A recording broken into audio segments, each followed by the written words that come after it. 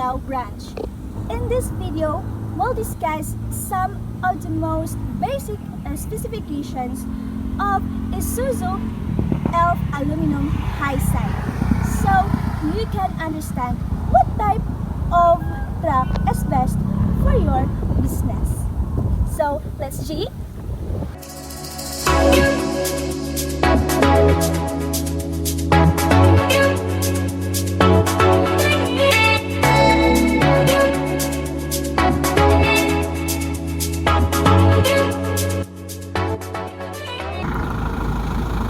Ngayon, ipapasilip namin sa inyo ang isa sa best-selling truck ng G-Tecnica.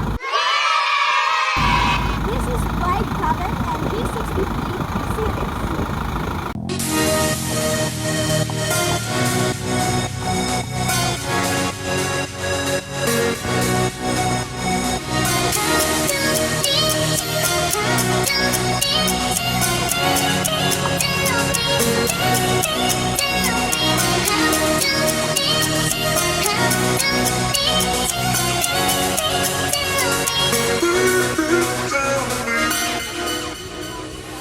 Pakita naman namin sa inyo ang additional specs. 18 feet aluminum high side with center post.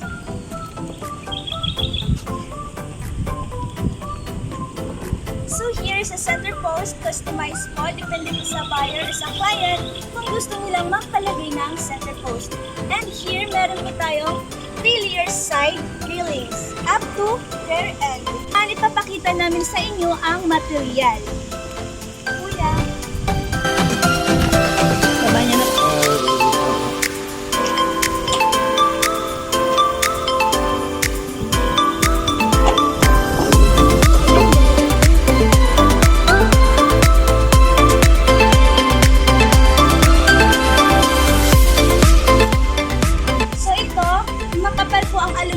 Ginamit. Okay? So, ayan.